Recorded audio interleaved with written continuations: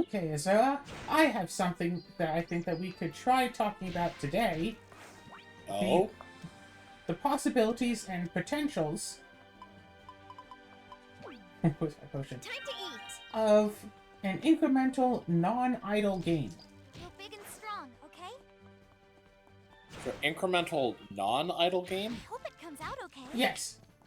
Say a game like some sort of generic RPG where after you get to certain levels, whatever, you can restart the game over from level 1, but now you have like upgrades. Essentially, an incremental game would essentially be a roguelite, but potentially longer form.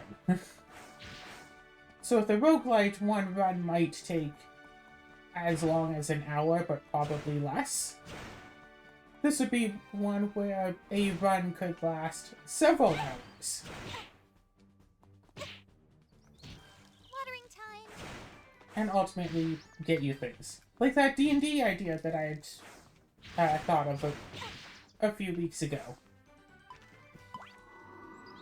Yeah,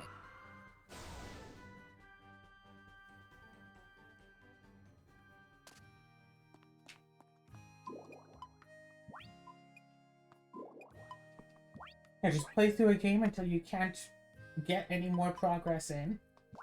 And then you just restart and start it back from the beginning all over.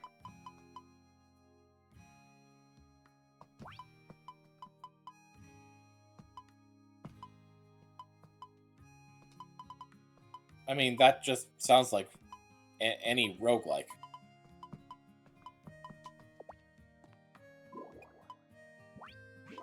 Roguelite. There's a difference. An important difference. In that, yeah, I'm not a big fan of roguelike games because, like, oh yeah, you start off at 0 every time. So theoretically, the first time you play it, you could potentially beat it if you already know the stuff and you get lucky about it.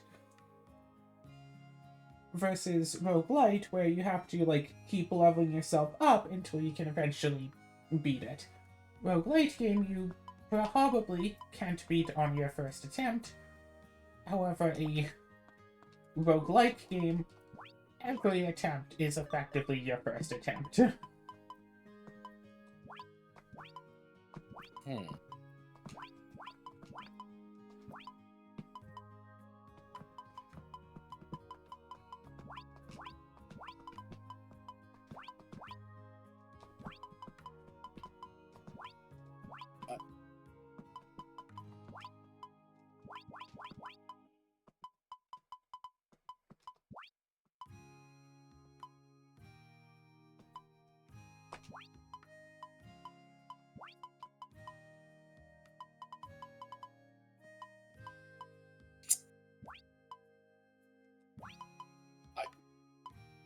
Sorry, I'm just a little distracted by a moment because I just saw someone made the strangest, well, I don't know about the strangest, but a very interesting,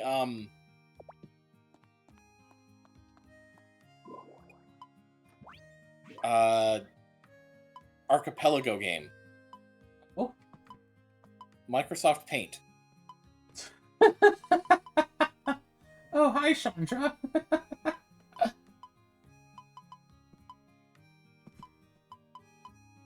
And, like, the basic concept is, let's just see here. The goal is to paint a replica of a target image within some margin of error. Locations are sent for every percentage point of similarity to the target image, and the items are as follows. All tools except magnifier and brush. Progressive canvas width and height items bring the canvas size closer to the size of the target image. Progressive color depth, increase the number of available of the red, green, and blue colors.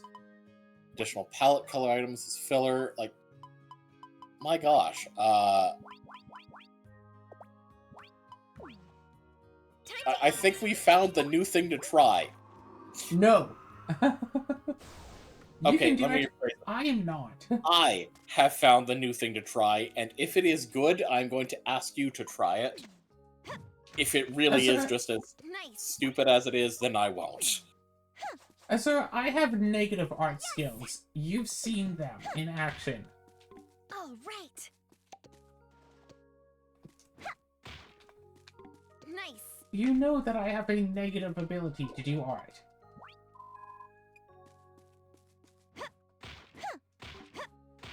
Nice. All right.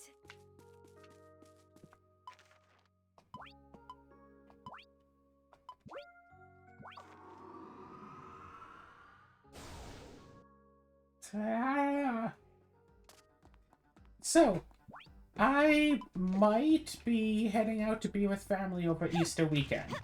I still don't know the full details of the plan, but it seems like the family wants to go to the property, All and right. some other family members are going to be coming up to visit the property as well.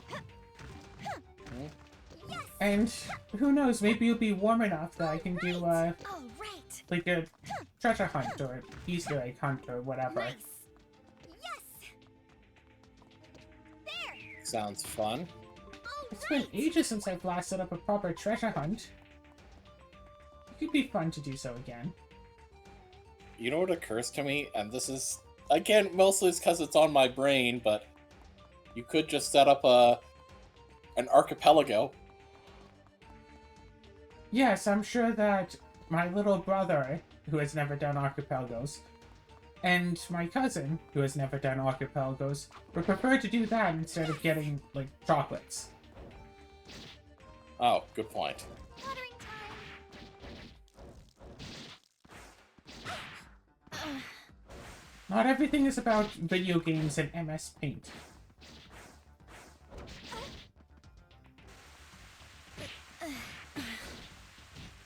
Bring my tablet and my keyboard, maybe get some writing done over the weekend. You're big and strong, okay?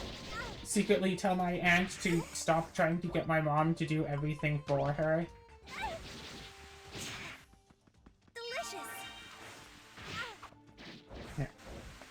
Last time we had, like, the family up to the property, my aunt, who had driven her parents, my grandparents, up, was apparently so tired from the drive that she needed 4 days of sitting on the couch reading on her Kindle to recuperate. Comes out okay. And then they went home. The only, like, thing that she did with people was play some canasta. And then wind up getting angry at my cousin for really not understanding how to play canasta. Like, he could have been better about it, because trying to teach him how to do something is like talking to a brick wall. But, I mean, she lives with him. She should know that trying to talk to him is like talking to a brick wall. Oh, hey, what's that in your hand? What's a hand? No, what's that thing that's in your hand? I don't have anything in my hand. Yes, you do. I can see that you have something in your hand. What is it? No, I don't have anything in my hand. See? No, in your other hand. Comes out okay. What's in other hand? I've never heard of other hand before. What is the item that is in your other hand? Nothing. See? It's like, no, the other hand. Watering time. Oh, it's a pencil. I hope it comes out okay. You're big and strong, okay? Yeah, that's what talking to him is like. He Big is and strong, okay? not the brightest. Not the brightest tool in the shed. All right. Not the sharpest bulb in the box. Exactly. Strong, okay? I hope it comes Because, out you know, the okay. sharpest one is the broken one. Watering time. Nice.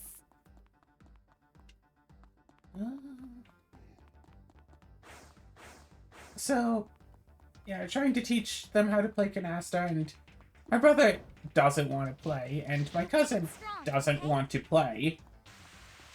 They want to go and play video games together instead. They don't understand why they should, you know, learn some card game to play with the old folks. Because, like, that, like, Comes out okay. our family has had generations of just sitting around the table playing canasta. And, like, everyone has memories of just being the kid, watching everyone else sitting around playing canasta, and wanting to learn so you can, you know, play this game with the family. Watering time. But now, the newest generation is all like, well, why would I want to play games with the family when instead I can just play a video game instead? Watering time. We can just play, like, Terraria together Grow big and strong. instead of doing Grow big and strong. playing canasta with the family. So why should we? I hope it comes out okay. And you have to try to explain, it's like, Comes out okay. I hope it Like, comes out okay. okay, why should, like, why should the, like, family thing be, hey, let's sit around and play canasta together, where there invariably are hurt feelings, and an argument usually winds up happening because somebody takes the pile and somebody just does not have the cards to, Big and strong, you know, okay? help out their partner, so one team always loses because it's, you know, 2v2, one team has to lose.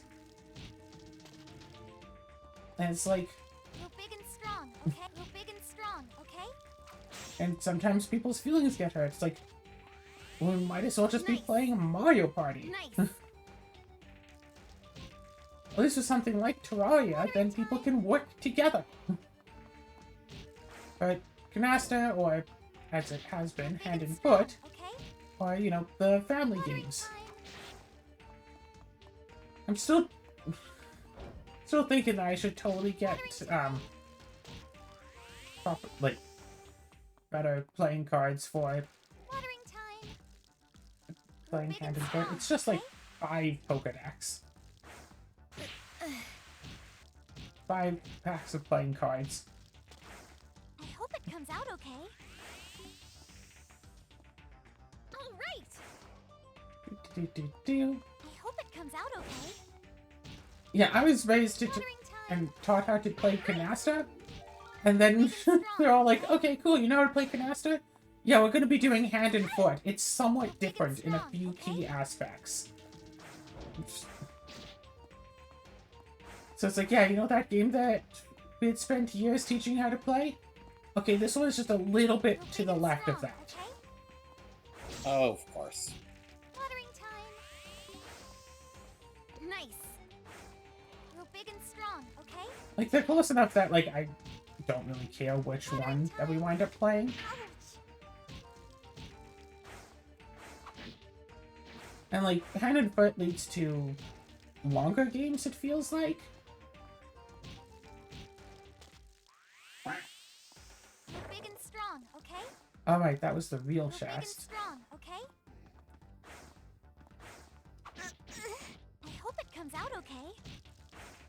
Watering time. Watering time.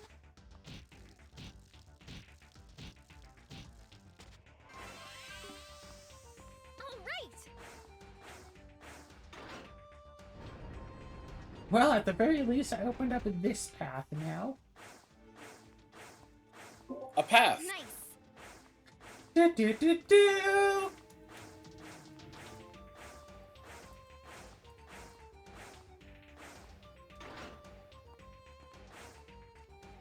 Oh my gosh, I unlocked the boss chamber, but I don't want to actually fight the boss yet.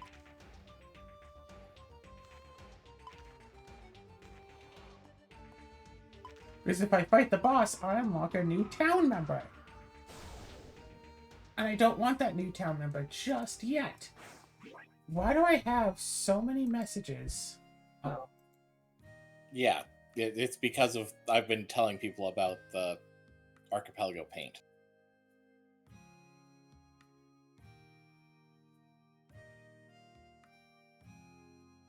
oh gosh, images like that. Oh, I could never.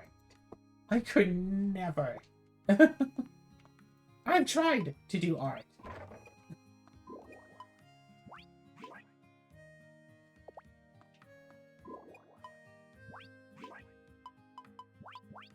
I have given it quite the effort to do.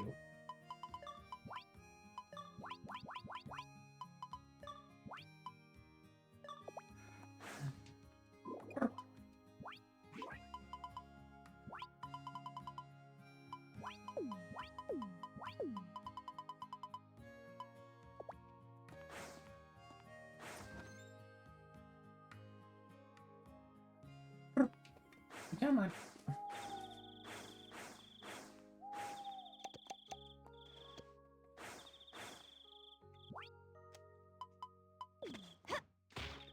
Cinnamon, will you calm down out there? Uh-oh, what is Cinnamon doing? Yes! I can just hear him scratching on something. By the sounds of it, it's not something he should be scratching on.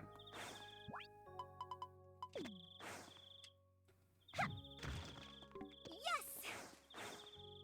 Cinnamon would probably be fine here by himself for 3 days. If I go out for the Easter weekend, I could probably just leave him without a babysitter. I'm sure I can trust my cat to be left home alone. What could possibly go wrong? There we go. I mean, my immediate thought is a story that my late stepmom told me once about How you growing? when she had a couple of times that she like had to leave for like a weekend trip or something like that. She left like enough food out for the cat for, you know, a few days. The cat really ate it all. Yeah, she came back like within like an hour because she realized she forgot something. And yeah, all the food was already gone. No, Cinnamon is really good about only eating as much food as he needs. Mm.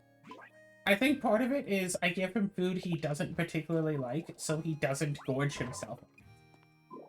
Ah.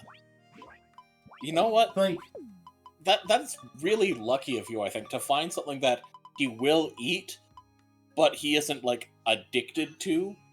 So he has incentive to eat it because he needs it to survive, and he's fine with that. But he wouldn't, gorge himself on it. Yeah. so, actually, you say that's lucky. It's like 99% of cat food. He will eat it, but he will not gorge.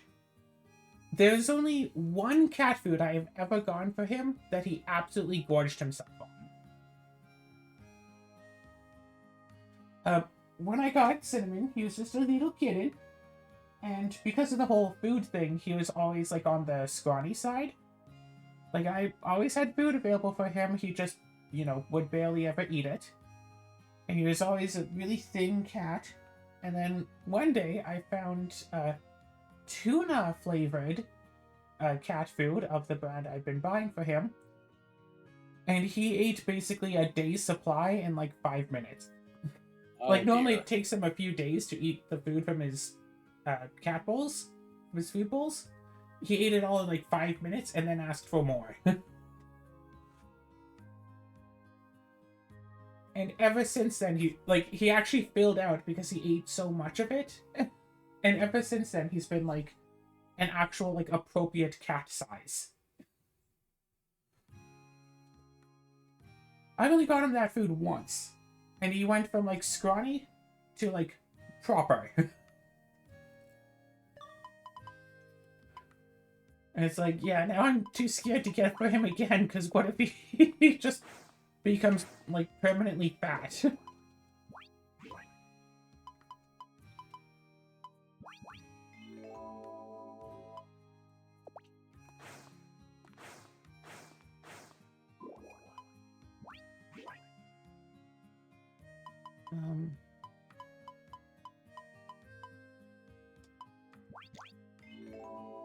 No paralysis.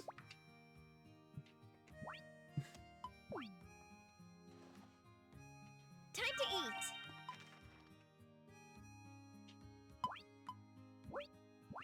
eat.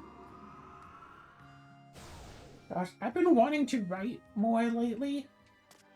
And it's like, yeah, I know I have all these stories and stuff I should be writing. But it's like, I want to write. The stories are interesting and stuff. So why don't I want to write these stories? Nice. I think what I really need is to find someone else who's also interested in hearing these stories. Because, like, I know how the stories go. There's no, like...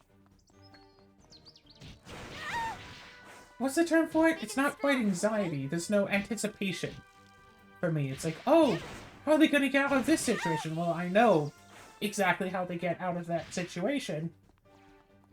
It's just like, oh, it's like, you know, an item was... An item was stolen? It's like, oh, this item was specifically mentioned. Oh, is that foreshadowing? It's like, yes, I know, that is foreshadowing to this thing lately. Meanwhile, this thing is actually just a red herring. To make you think... to make you think less about the thing that's actually Chekhov's gun. Like... Grow big and strong, okay? Like at the... maybe at the start, but at an early point of Taylor's story, Grow big and she'll strong, do, like... okay? There'll be a rundown of all the different tattoos that she has, and, like, I hope it comes a out brief okay. thing of, like, what they do, and it's like the James Bond, like, Watering time.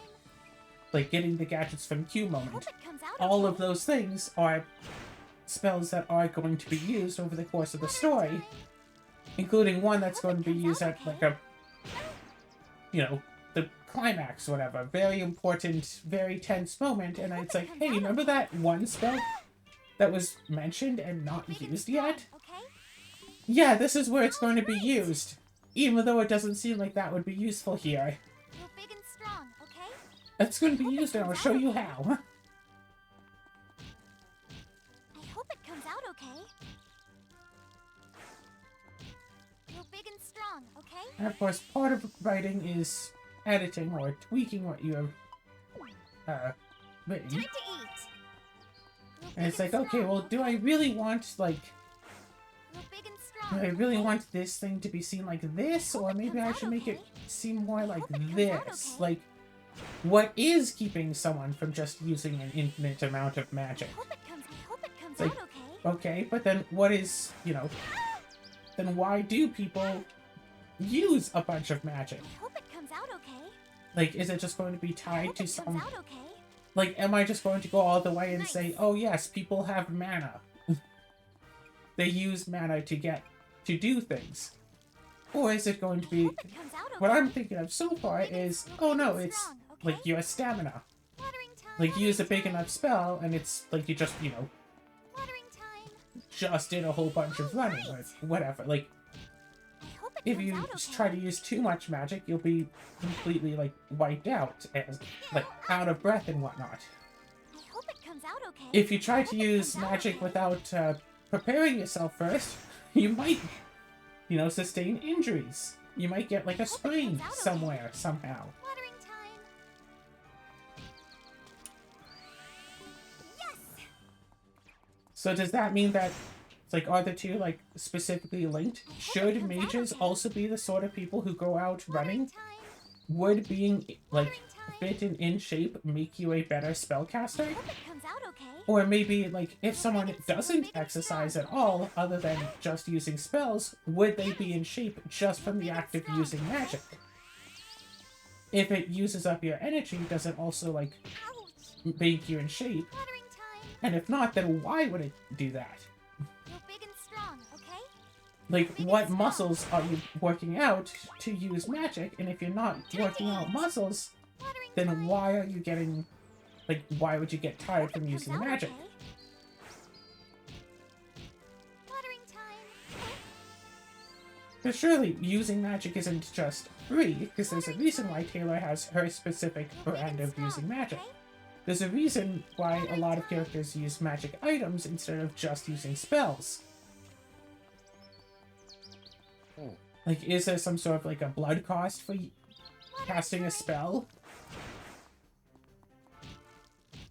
I hope it comes Like, out okay. potentially every single spell you cast ages you by some amount.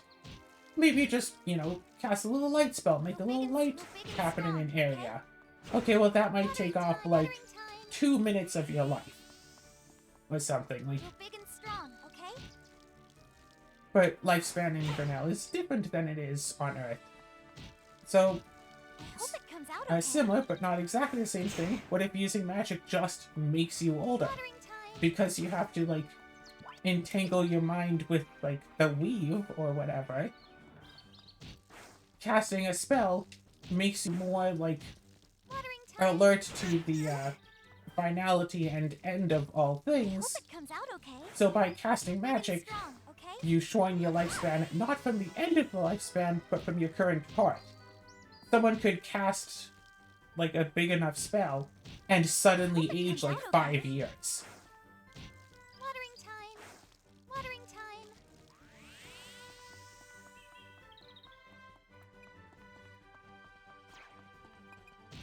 Watering time. So, like, anyone who wants to be a mage hope it comes out knows okay. that their lifespan is going to be dramatically shortened in order to use magic. But then, of course, if different, like, if the different races, different species, whatever, if they have different lifespans, so, like, an elf using magic wouldn't be penalized as much as, say, a human using magic. Big and strong, okay? 'Cause so what if an You're elf, big and strong, you know, okay? grows 5 years older? Watering time. That doesn't really mean much of anything to an elf. But what if it isn't that they specifically have longer lifespans due to, like, species, and it's just they have more resistance to, Watering time. you know, I hope aging. it comes out okay. An elf might live 10 times as long as a human because they have, you know, Watering time. 90% resistance to Watering the time. weave, basically, to the concept of being older. An elf might be 100 years old and still be a child because they are still a child. They have not been... Their experiences to, like, All right. fragility and mortality and all that You're big and haven't strong, affected okay? them as nearly as much as it would a human.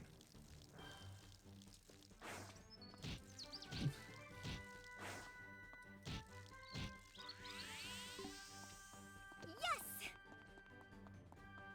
And all of this is also why some species who just naturally use a lot of magic have short Comes out lives. okay.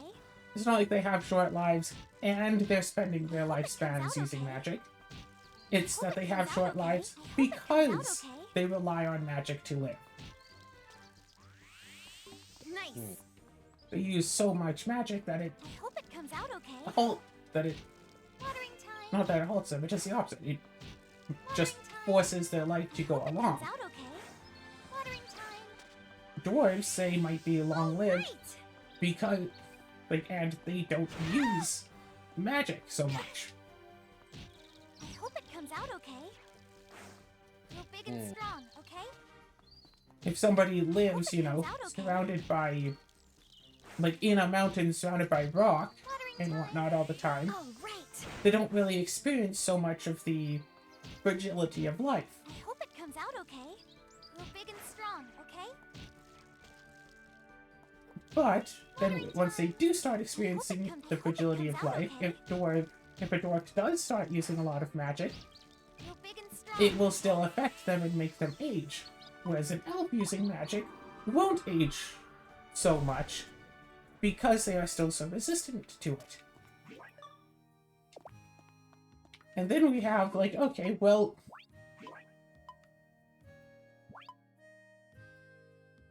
one important part of the story is what involves people who, through one means or another, have gotten immortality. How would immortality fare in a world where people only age based off of, essentially, their internal age? How would an external source keep someone from feeling older?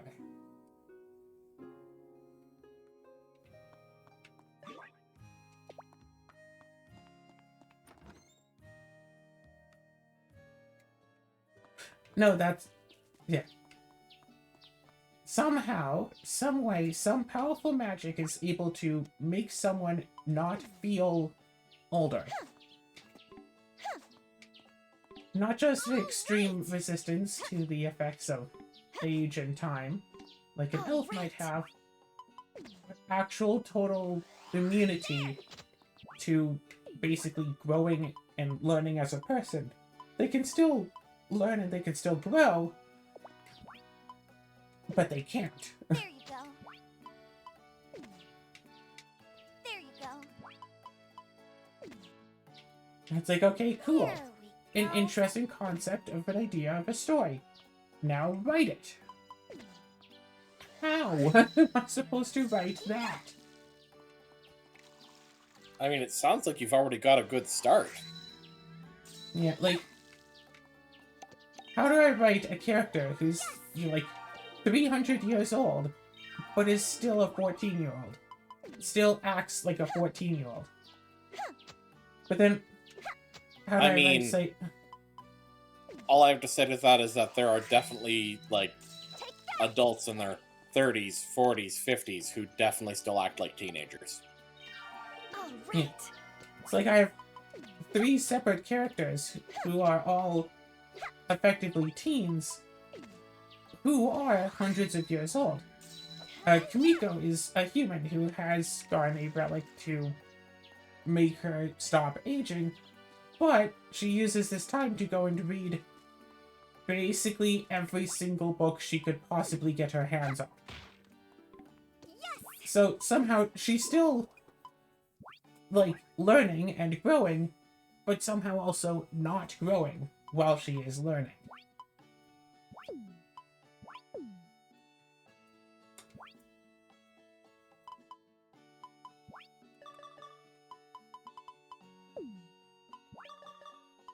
As opposed to, say, the elves that she travels with, who are also effectively teenagers as well, but without such a thing that keeps them from aging. That's just, like, how they are, basically. How would these different forms of immortality affect a person?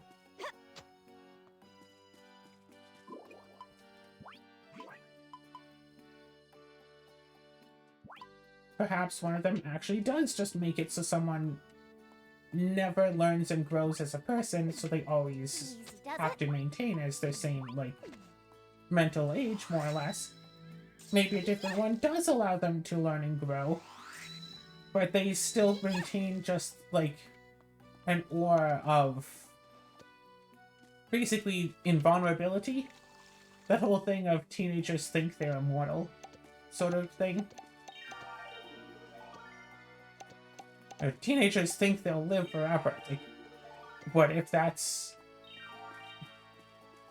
What if you, like, reverse that? What if it's not teenagers think they'll live forever, but Right. people who think they'll live forever are teenagers? There, there. There. If you get into that... There. If you get into the whole thing, it's like, okay, maybe there is someone who's walking around 300 years old, somehow still a teenager, but they act like an adult, but there's still something about them that is teenager about them. Maybe, who knows, maybe they are growing and stuff, but there's a disconnect between the mental and physical selves. So even though mentally they're an adult, they have lived, they have gone experiences, they have loved and lost and loved again, but physically their body is like forever 18 or 21 or however old, even though they should be like 40.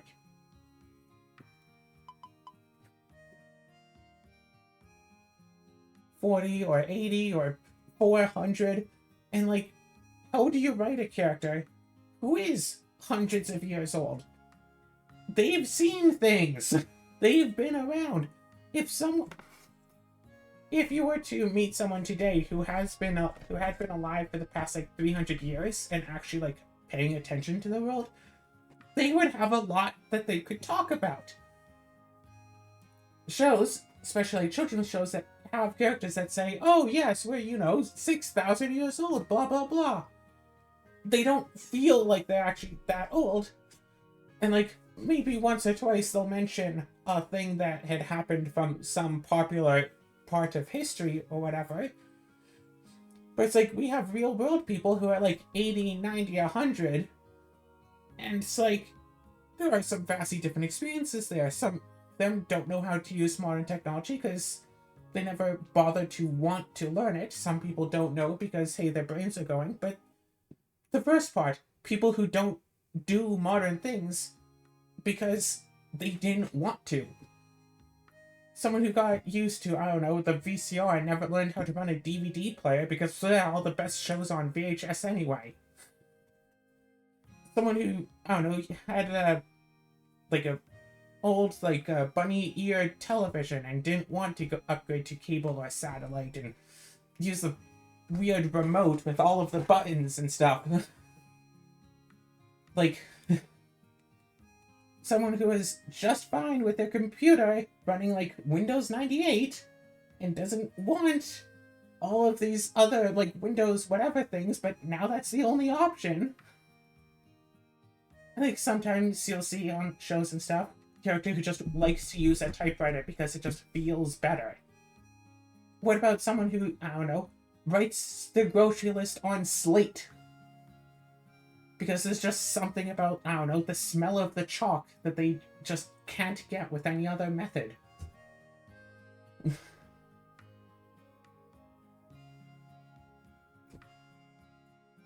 Someone who still wants to read real physical books instead of reading via tablet because, hey, they just much prefer using paper.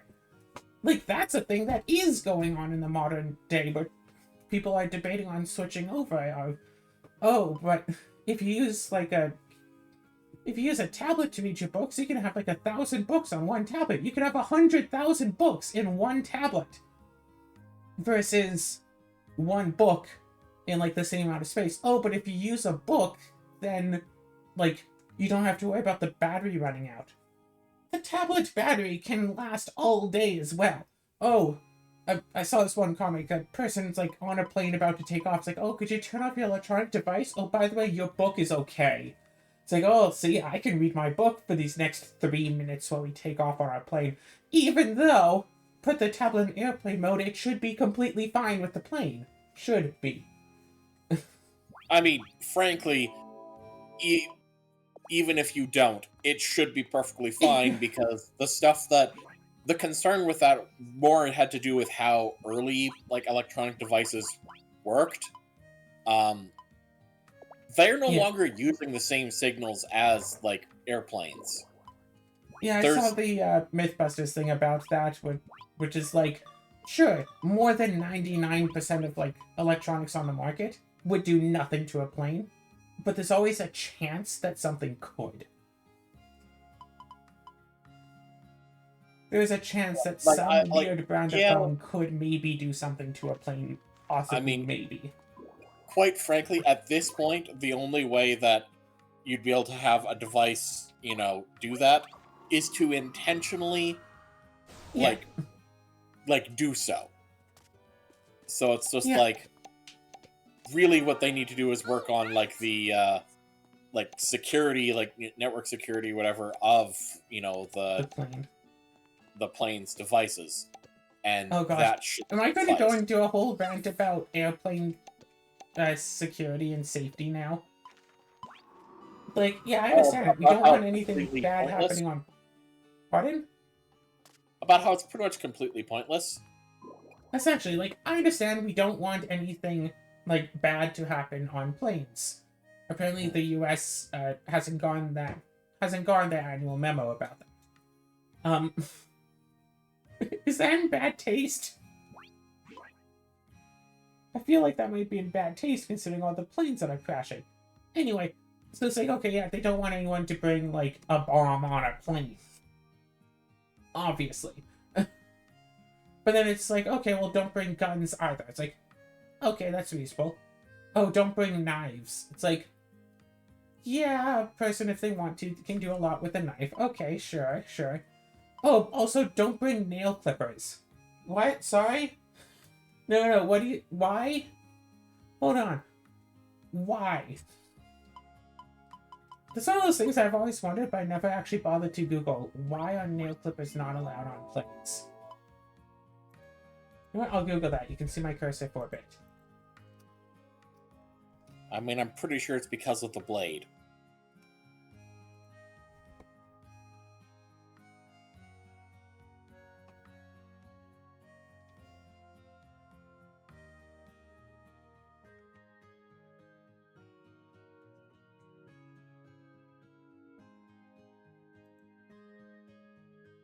Okay, all I'm seeing is that you can, in fact, bring nail clippers on planes. Yeah, and that's the other thing is that... Oh, it's nail clippers over a certain size that aren't allowed. Yep. Nail clippers with a blade 6 centimeters or less are permitted when flying within Canada or to an international non-US destination. You can't do it. You can't bring your nail clippers to the US, is what I'm getting out of that. But you can fly with them within Canada, as long as it's not more than 6 centimeters. Okay, okay. So I'm just thinking about, like, the little, like, almost an inch long, dull blade on nail clippers. Like, I could bring a proper knife on to an airplane if I really wanted to. I could bring something a lot, like, bigger and sharper than that. And TSA might have no clue about it. I'm not going to. But someone who really wanted to try to, like, take over a plane and stab people, All right. it wouldn't be hard to bring, like, just a plastic knife. All right.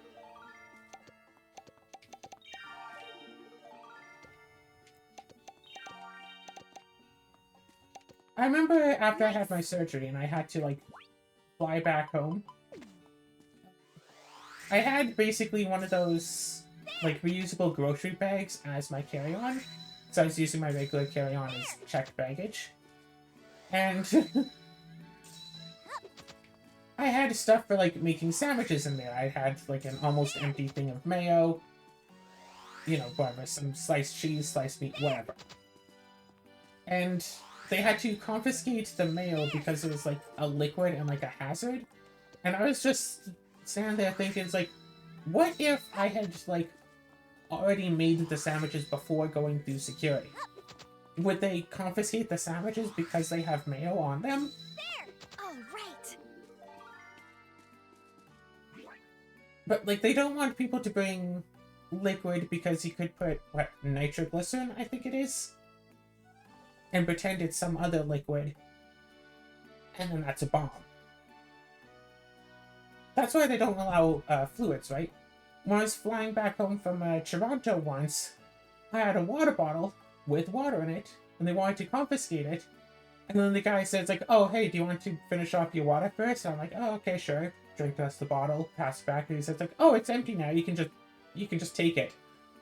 And I'm just there, like, processing. Okay? I was on like 2 hours of sleep, mate. I was on like an hour of sleep. Here's my thought on that. Like, I'm sorry, but them, you know, saying, oh yeah, like, you're fine, just, they don't want to allow liquids on for that particular reason. But they're fine with you just drinking, like, the liquids in a bottle that you brought, and then just still getting on the plane like that. It's just like, I'm sorry, if that is what you're worried about, wouldn't that basically just be turning, you know, potentially turning your own body into a bomb if that was that stuff?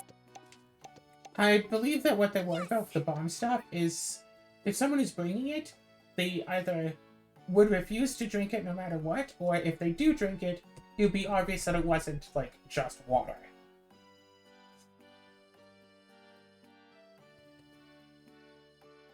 Like... And apparently, like, some people have tried to get around. It's like, oh, it's just my water bottle. See? They open it up, take a swig. But they actually had, like, nitroglycerin with a bit of water on top. Because apparently if you actually drink the bomb juice, it's really, really, really bad. And apparently will be immediate thing of something happening. Every time I go through airport security, I'm always, like, anxious. Like, oh, what if I, like, trip and they think something is going wrong? Like... when I was going to Vancouver, I kept setting off like the metal detector as I was going through. I'm like, oh no, I don't even have pockets or anything. My purse is like on the tray, like all of my stuff is on the tray. Like, what could it possibly be? The person takes out like the little handheld metal detector, brings it up right to my collarbone, turns it on, in my ear. Yeah, it turns out that the top I was wearing, I thought it has a lot of like little rings on the top, like chainmail, but I just thought they were like plastic. They feel like plastic. No, it's metal. I wore I wore chainmail through airport security.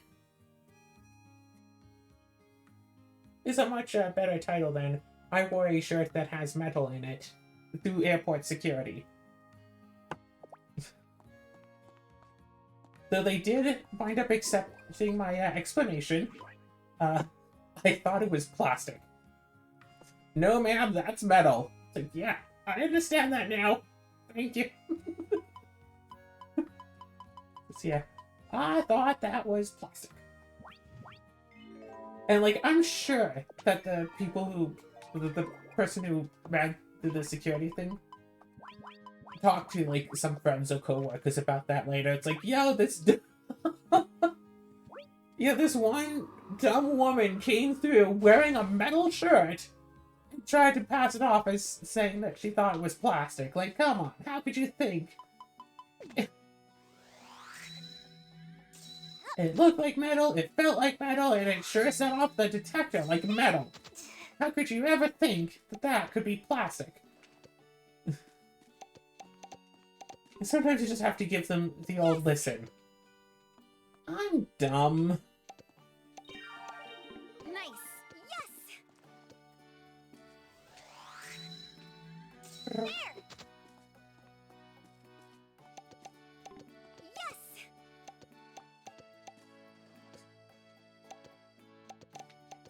Nice. Yeah, airport security becomes, like, a lot better to go through once you realize, hey, the people running airport security are just people doing jobs.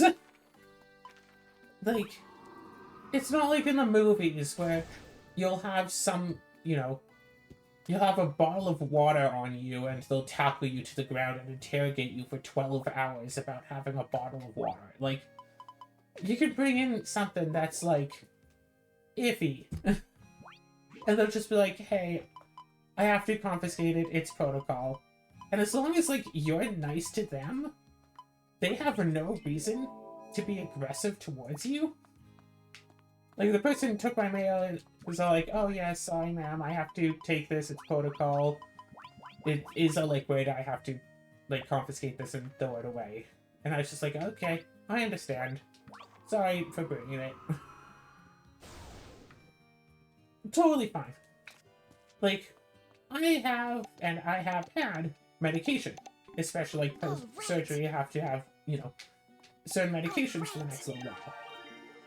And, like, I had a doctor's note about, like, hey, Claire needs these medications. Like, I am a doctor, like, so-and-so at this office, like... And I am saying that not only does, like, this traveler need these medications, but I was the one who told her to bring them in her carry-on instead of the checked bag, just in case there is an incident, so she can still have these even if she doesn't have access to her checked baggage. Airport security didn't even look at the note. They didn't even look at, like, the medication. They just passed me through.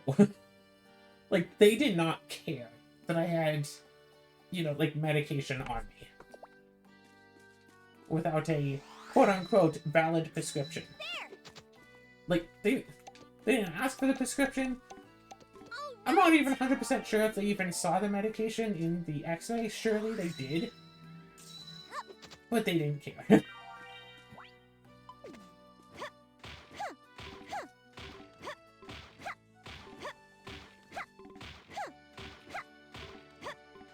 I'm still not over the fact that I get to the hospital. I'm supposed to be, like, wheelchaired around. No wheelchair there. Go to, like, check my bag. It's, like, pretty close to the door. That's easy. I have to walk basically 2 miles to get to my gate, because it's not like walking from, like, the check bag through security to the gate. It's like, okay, decently short walk to get to security. And it's like, okay, here's the gates. And you know how it's like, hey, gates 1 through 50 are this way, 51 through 100 are this way? I had to walk all the way to the end of one of those corridors. So that's already a pretty long way, right?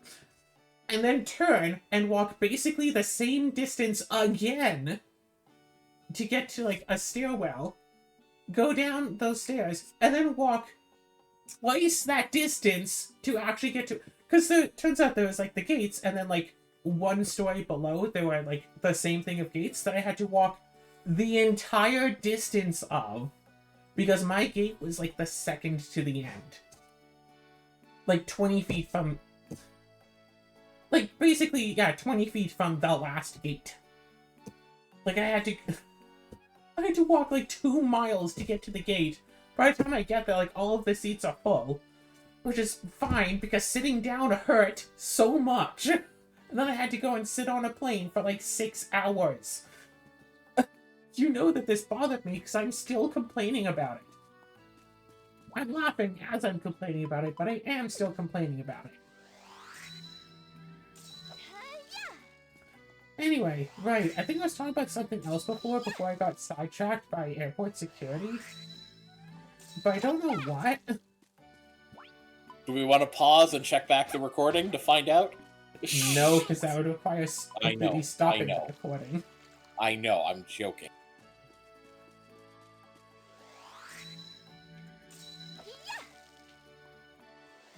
Let's see.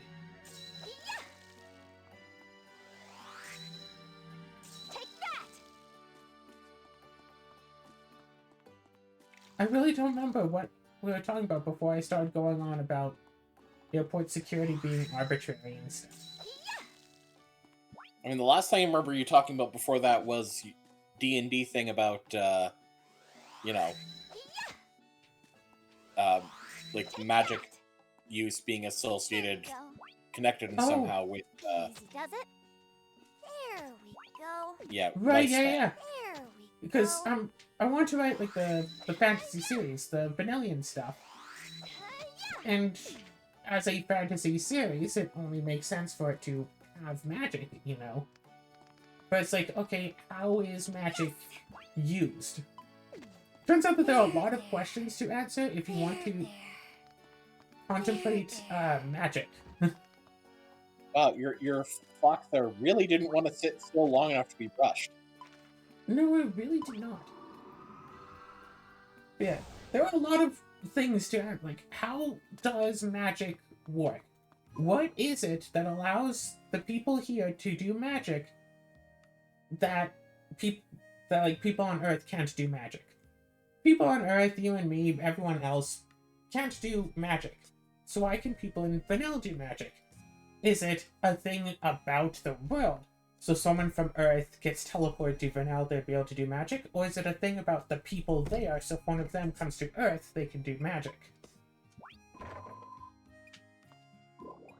Like, is it like, oh, there's just some magic in the air, whatever, so anyone who goes there with the proper training can just do it? Which is essentially yes, how I've done it. And unlike some sources, I even put a distinction between arcane and divine uses of magic. You know, just you got... Are you kidding me? Really? 2 boon points of difference? Really? Just to put a bit of a fight pull on things. Just to make it... Just for the sake of having certain reasons for a few certain plot points. As yeah, arcane magic users, they have to take magic from the world around them and manipulate it. So if an arcane magic user wanted to, say, create light, well, you can't just create light out of nothingness. You have to have something with light, some sort of light magic, in the area, and then you can expand it. Or say, you know, if you want, you can't just create a fire out of nothing. You have to have, at the very least, something warm. You could have a lit candle and turn it into like a campfire, or you could take a campfire and snuff it out, because that's a negative use of fire magic. But you can't just take nothing and make fire.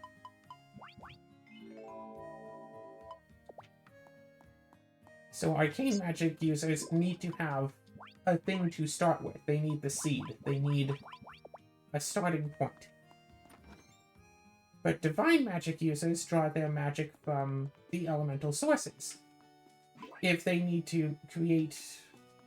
If a divine magic user wants to create fire, they draw it from the divine magic source, potentially asking the deity of fire for permission to use such a spell, and then they basically channel it through themselves to do it. So that would make it seem like divine magic users are more powerful than arcane because they can create things based essentially out of nothing. But arcane magic users can combine elements. Combine fire and water, I don't know, make steam, whatever. Divine can't. There's just one source at a time, and they can't manipulate the magic that's already around them. So certain spells that require combinations of magic, divine users cannot do. So it's very often that a divine magic user and an arcane magic user will join together. So it's like, oh, we want, you know, to make steam. Well, the divine magic user makes fire and then draws water. The arcane then mixes together to make the combination magic. All right. And is it really so bad that Welcome.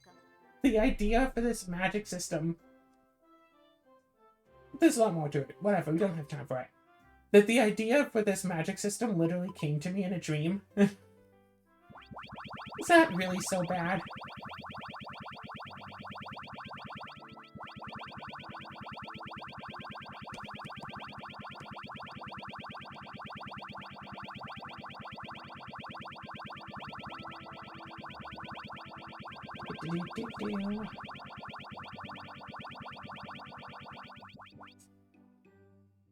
No need to stop there. Thanks.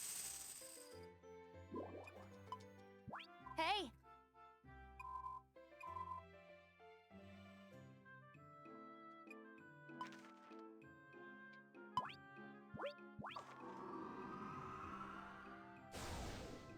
Well, we're just about at the end of this here episode of Runes. Anything you want to say or ask or add on before we finish?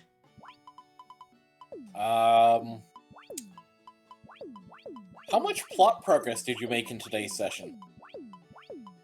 I have completed basically all of the next dungeon except for the boss fight, which I do not want to do because I want to, because I know that if I do defeat the boss, then that will just lead to having, another townsfolk. Yes. I mean, I guess I could just go and beat that anyway and not care about it, but I'm really hoping to just complete both of the get everyone up to X amount of hearts before I get yet another townsfolk to go from 0 to 5. So I'm pretty sure it's only to 5. And I have everyone either at 5 or almost at 5. Or above 5. So the actual plot progress is going to be stalled for a bit, so instead, during my non-townsfolk, non-farming times, there's going to be a lot of grinding. Let's see, what are the actual quests? So, raise a weapons heal to 15. I might just cheat that, because these are going up super slowly. Just grab myself a short sword and attack. Not monsters, whoever I attack. Rune Factory 4, you can attack the bed. Now in Rune Factory 5. Rune Factory 5, you just attack basically all of your furniture because it respawns. And just do that over and over again until I get to level 15. Because, frankly, yeah. Twinkle Tree, I assume that that's a plot required one. I believe, well, all of these are, yeah, requests that are given that give rewards. But the issue is they can also give more requests. Right. Is the big issue. Okay. Gotcha. And I don't want to be stuck on having to wait for requests. And it's like, okay, strictly speaking, you can't get that without having used a weapon, because in order to get a skill up to level 1, you have to do it, manually. But then from 1 to 15, you can just, harvest crops, and eventually you get, skill boosts. The issue is, I've basically not been getting any weapon skill boosts. I have stuff up here in, the 40s and whatnot. And yet, these are... My highest weapon skill is 8. So even just farming, that's just a matter of time. Twinkle Tree, I don't even have a Twinkle Tree seed. I thought that this would give me one, it did not. Maybe I need to cancel and re-ask for it, and then it'll give me one. Harvest 20 of each of these, that's a matter of time. Shipping a level 10 vegetable is going to be difficult. And that I can't do.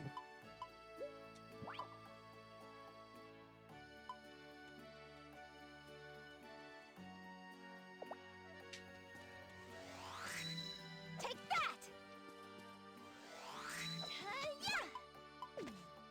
Because I need at least, 4 fertilizer.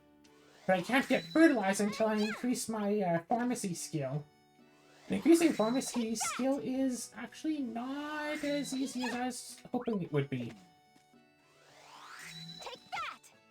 If I go and look at the pharmacy stuff again, how much would that even take? A lot, right? Quite a bit. Take that! Take that!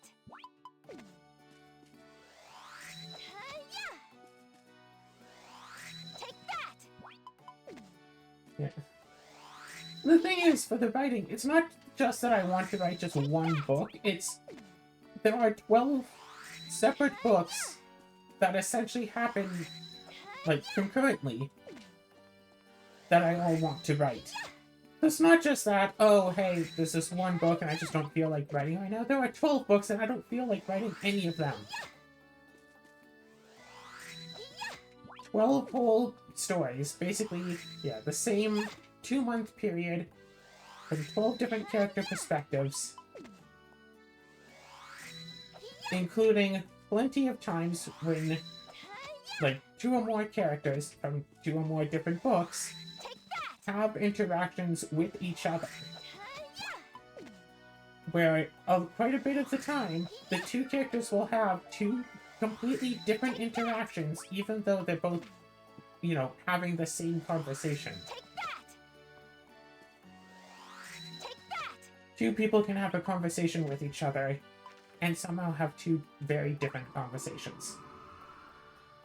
You see, Yes. It's a commentary about, modern life and all that stuff.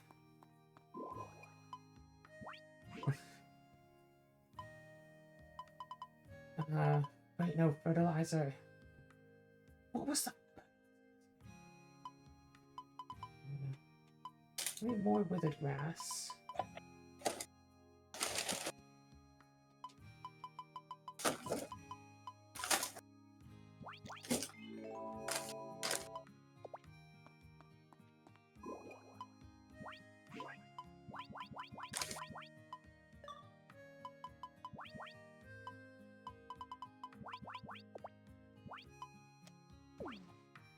Time to eat!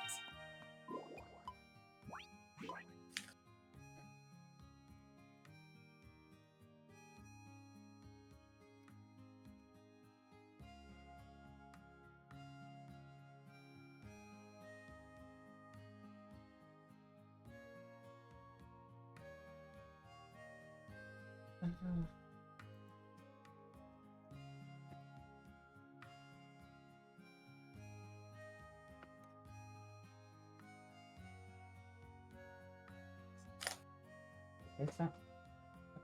Is it?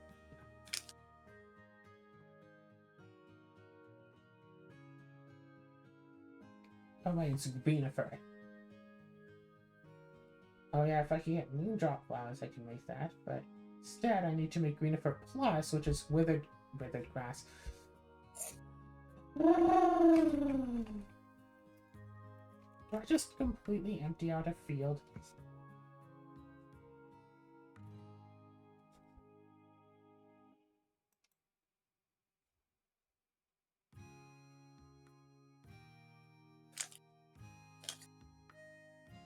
Okay.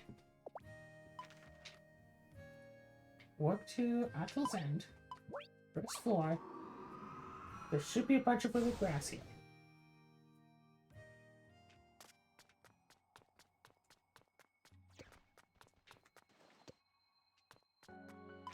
Yeah, that was an amount. I should just take those wins as well, but I didn't. Okay, don't use the recipe. Rar. Withered grass. Orange grass. And corn. Yeah, that requires a lot.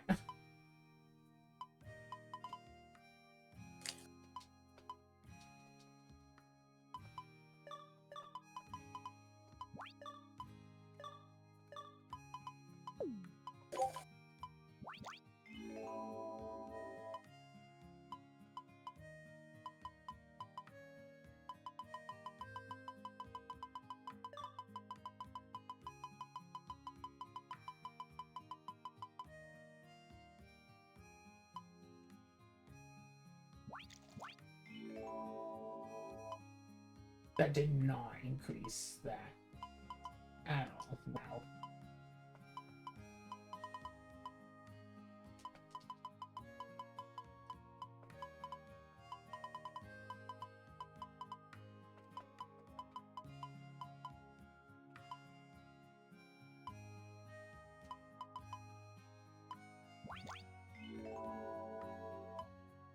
So use the recipe. Throw in this.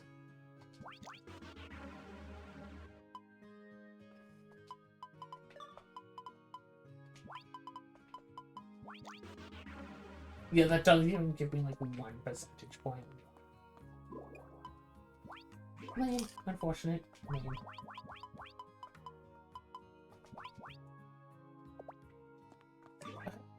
Whatever.